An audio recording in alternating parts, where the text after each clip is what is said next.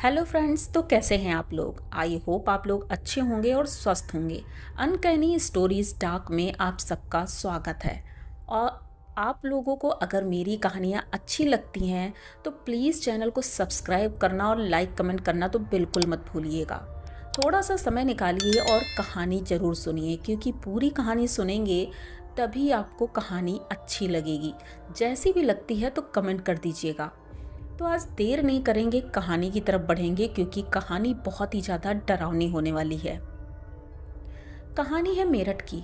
मेरठ में एक फैमिली रहती थी, अमित जी की। अमित, सरिता और उनका छोटा बेटा संजू। ये लोग एक किराए के घर में रहते थे और लगभग 5 साल हो गए थे इन्हें किराए के घर में रहते हुए। लेकिन अमित की जॉब शहर से बाहर भी रहती थी, जिस वजह से सरिता जी को बहुत प्रॉब्लम होती थी। पहली बात तो किराए के घर में रहना ही बहुत बड़ी प्रॉब्लम है। तो इन्होंने सोचा था क्यों ना अपना खुद का एक घर ले लेते हैं, और गांव में मम्मी पापा हैं तो उन्हें भी अपने साथ रखेंगे। किराए का घर छोटा था, इसलिए मम्मी पापा वो यहाँ नहीं रह रहे थे। अब बहुत जगह इन्होंने घर देखे, लेकिन कोई घर इन्हें अच्छा समझ में नहीं आ रहा था। तो इन्होंने एक ब्रोकर से बात की और उससे बोला कि हमें कोई अच्छा सा घर चाहिए जो कम कीमत में हो। तो वो ब्रोकर 1 महीने बाद इन्हें फ़ोन करता है और कहता है, शहर के आउटर में एक बंगला है। वो बंगला है, आप लोग देख लो, आपके बजट में भी आ जाएगा, और बंगला बहुत ही ज़्यादा खूबसूरत है।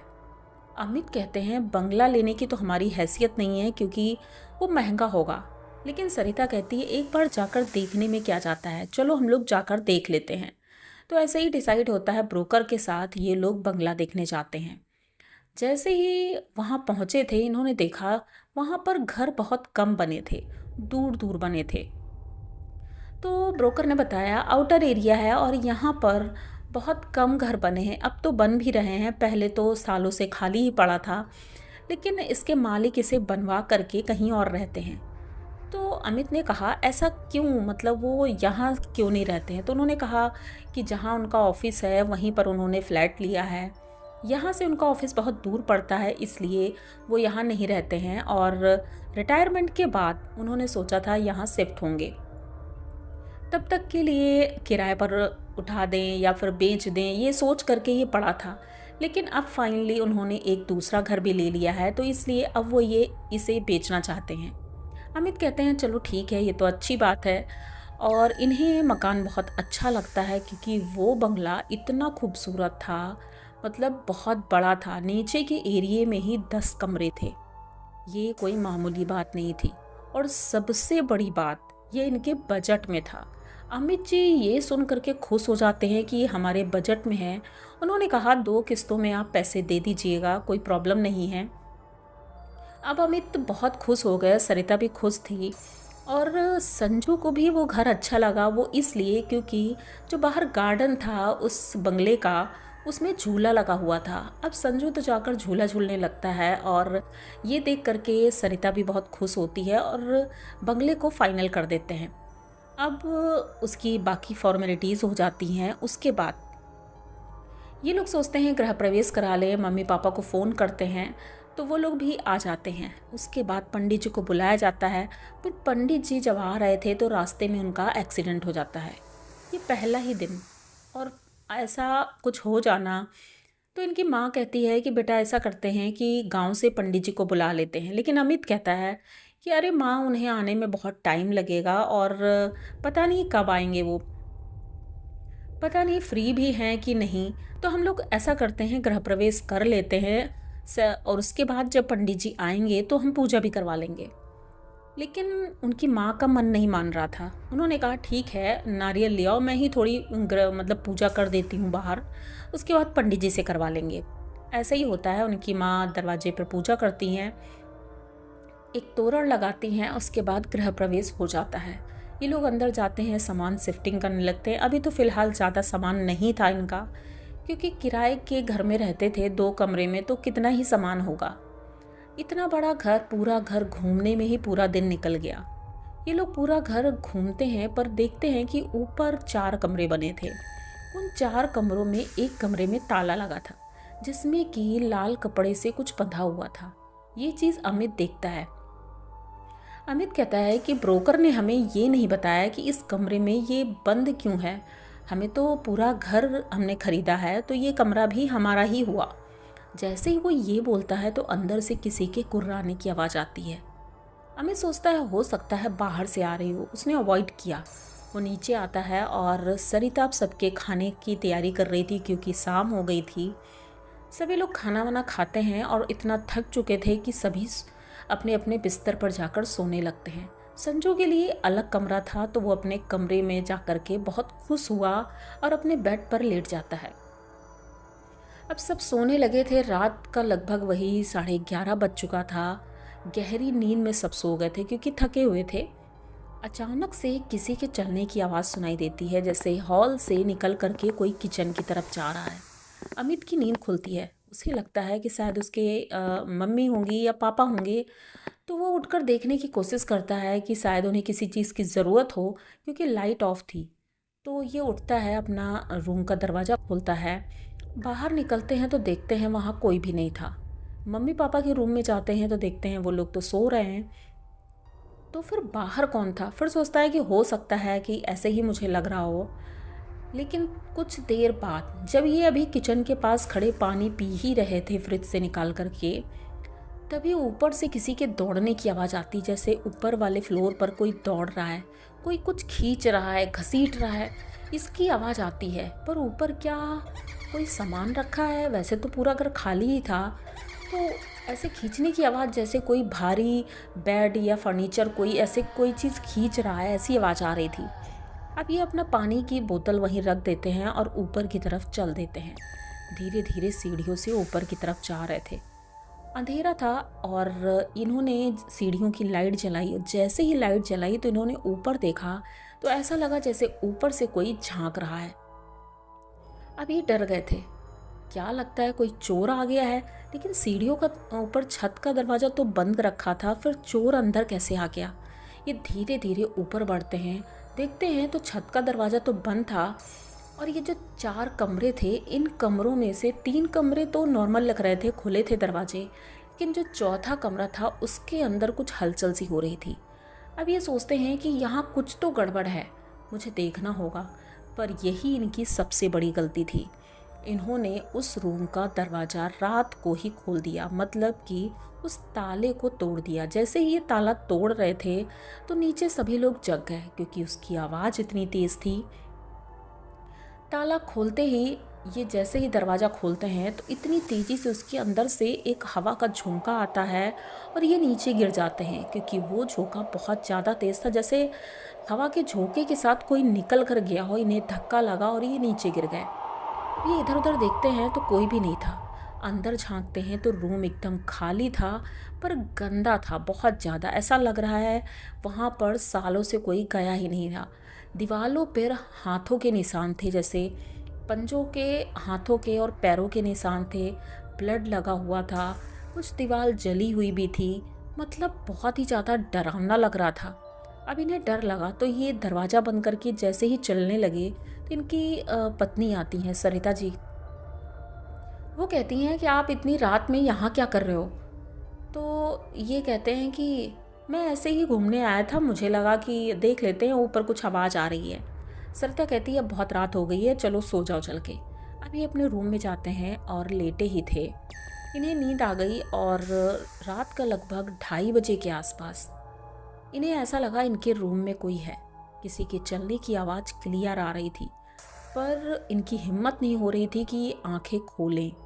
इनकी पत्नी तो गहरी नींद में सो गई थी, लेकिन इन्हें नींद नहीं आ रही थी। अचानक से किसी ने इनका पैर पकड़ा और खींच करके नीचे गिरा दिया। ये एकदम बेड के सीधे सामने ज़मीन पर जाकर गिरते हैं। इनको बहुत ज़्यादा चोटें आती हैं।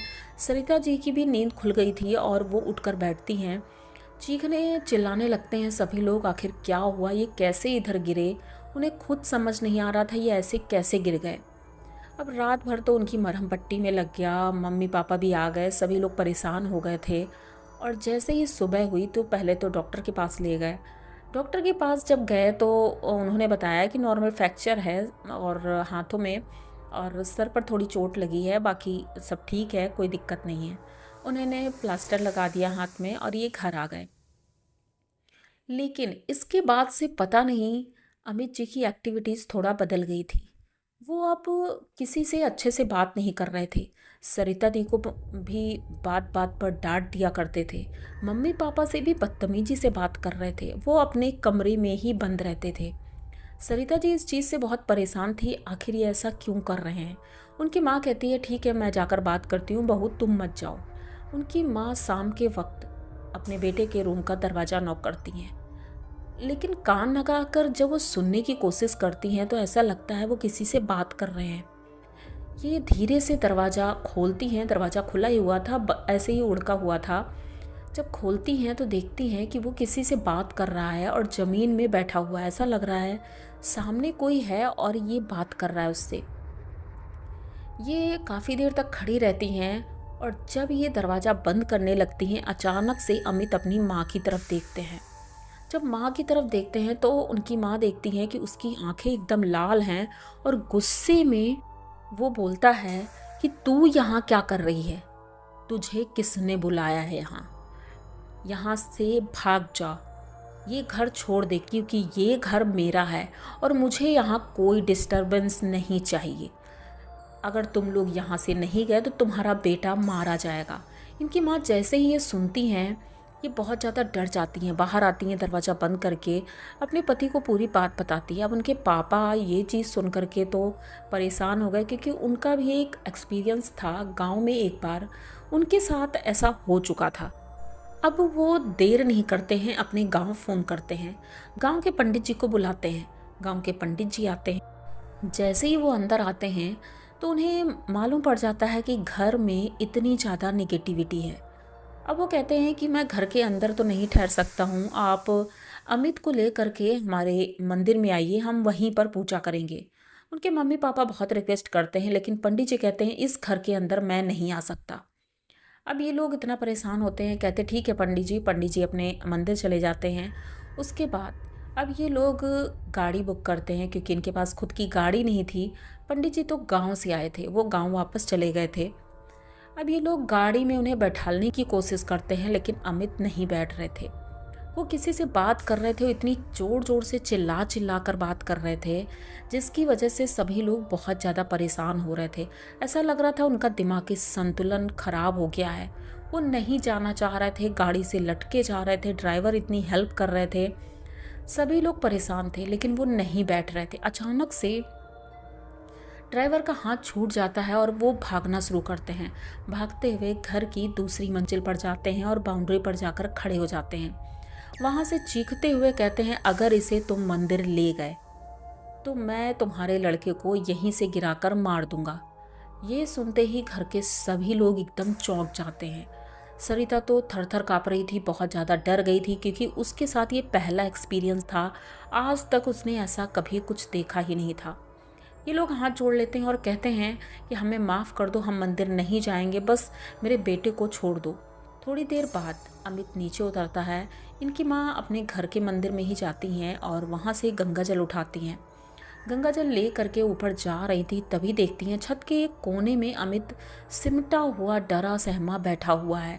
ये जाती हैं गंगा जल उसके ऊपर डालती हैं। गंगा जल डालते ही वो एकदम से चीखने लगता है और ये सभी लोग जाकर उसको पकड़ते हैं, रस्सी से बांध करके कमरे में लिटा देते हैं आकर। अब ये लोग सोचते हैं कि हम क्या करें, कैसे इसे मंदिर ले जाएं। तभी सरिता के भाई का फ़ोन आता है अचानक ही उस दिन। तो सरिता रोते हुए उन्हें सारी बात बताती है। तो उनके भाई उसी शहर में थे, इसलिए वो तुरंत अपने एक दोस्त को ले करके घर आते हैं। और जब घर आते हैं तो उस वक्त रात का लगभग 12 साढ़े 12 बज रहा था। ये लोग घर में बातें ही कर रहे थे। अचानक से देखते हैं कि अमित फिर किसी से बातें कर रहा है और वो खिड़की की तरफ देखकर बातें कर रहा है। सरिता जब खिड़की की तरफ देखती है, देख करके चौंक जाती है।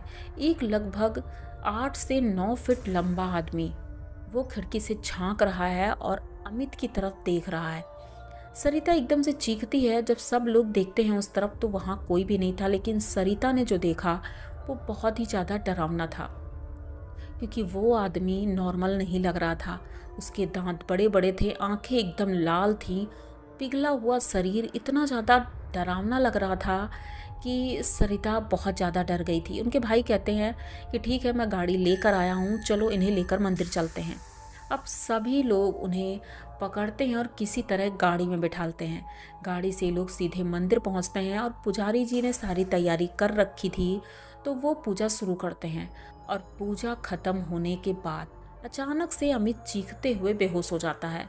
पंडित जी कहते हैं आपका बेटा अब ठीक है, लेकिन वो आत्मा बहुत ही ज़्यादा ताकतवर थी, उसे इतनी आसानी से नहीं हटा सकते हैं। वो घर तो नहीं छोड़ेगी, क्योंकि वो घर उसी का है। उस कमरे में वो सालों से बंद है। और कहते हैं कि ऐसे प्रेत हैं वो जो अपने घर में कब्जा कर लेते हैं, तो उन्हें आसानी से निकाला नहीं जा सकता है। पंडित जी ने ऐसा ही किया, अमित के शरीर से तो उन्हें निकाल दिया, लेकिन फिर उन्होंने कहा कि तुम लोग जितनी जल्दी हो सके वो बंगला खाली कर दो, क्योंकि वो बंगला भूतिया है, उसमें भूत प्रेत ही रहते हैं। और तुम लोग अगर वहाँ रहे तो एक आधे की जान तो 2-3 दिन में ही चली जाएगी, क्योंकि 2 दिन के अंदर ही अमित की ये हालत हुई है। तो सोचो अगर तुम लोग और दिन रहे तो क्या होगा। ये लोग जल्द से जल्द वो बंगला खाली कर देते हैं और ब्रोकर से बात करते हैं। वो सब समझ गया था, इसलिए उनके पैसे भी वापस कर दिए। लेकिन फिर एक पड़ोसी थे जो कुछ दूर पर था। जब सरिता जी और अमित उनके पास जाते हैं, उनसे बात करते हैं, तो पता चलता है इस घर के जो मालिक हैं, जो अब दूसरी जगह पर रहते हैं, उनका लड़का था। वो पढ़ाई में बहुत अच्छा था, लेकिन एक लड़की के चक्कर में पड़ करके उसने अपनी ज़िंदगी खराब कर ली। इनके पापा ने शादी नहीं करने दी और इस वजह से उसने अपने आप को खुश कर लिया और उसी कमरे में किया था, ऊपर वाले कमरे में। जिस वजह से उसकी आत्मा इतनी ज़्यादा क्रोधित है, गुस्सा है, दुनिया वालों से नफ़रत है उसके अंदर। वो किसी को इस घर में आने ही नहीं देता, यहाँ तक कि वो अपने माँ बाप से भी इतनी नफ़रत करने लगा था। जीते जी ही करने लगा था, तो मरने के बाद कैसे नहीं करेगा। इसी वजह से उनके माँ बाप भी ये घर छोड़कर चले गए थे। मंत्रों के द्वारा उस कमरे को बंद करवा दिया गया था, उसके अंदर उसकी आत्मा थी, लेकिन आप लोगों ने वो दरवाज़ा खोल करके बहुत गलत किया। अमित को अपनी गलती का पछतावा होता है कि ये घर ही हमने क्यों लिया था। फाइनली अब वो लोग दूसरी जगह रहते हैं और अब वो ठीक हैं, लेकिन ये एक्सपीरियंस उनका बहुत ही ज़्यादा भयानक था। आप लोगों को इनकी ये कहानी कैसी लगी? अगर अच्छी लगी हो तो प्लीज़ चैनल को सब्सक्राइब करिए, लाइक कमेंट करिए, शेयर करिए और बने रहिए हमारे साथ। मिलते हैं फिर किसी नई कहानी में, तब तक के लिए डरते रहें।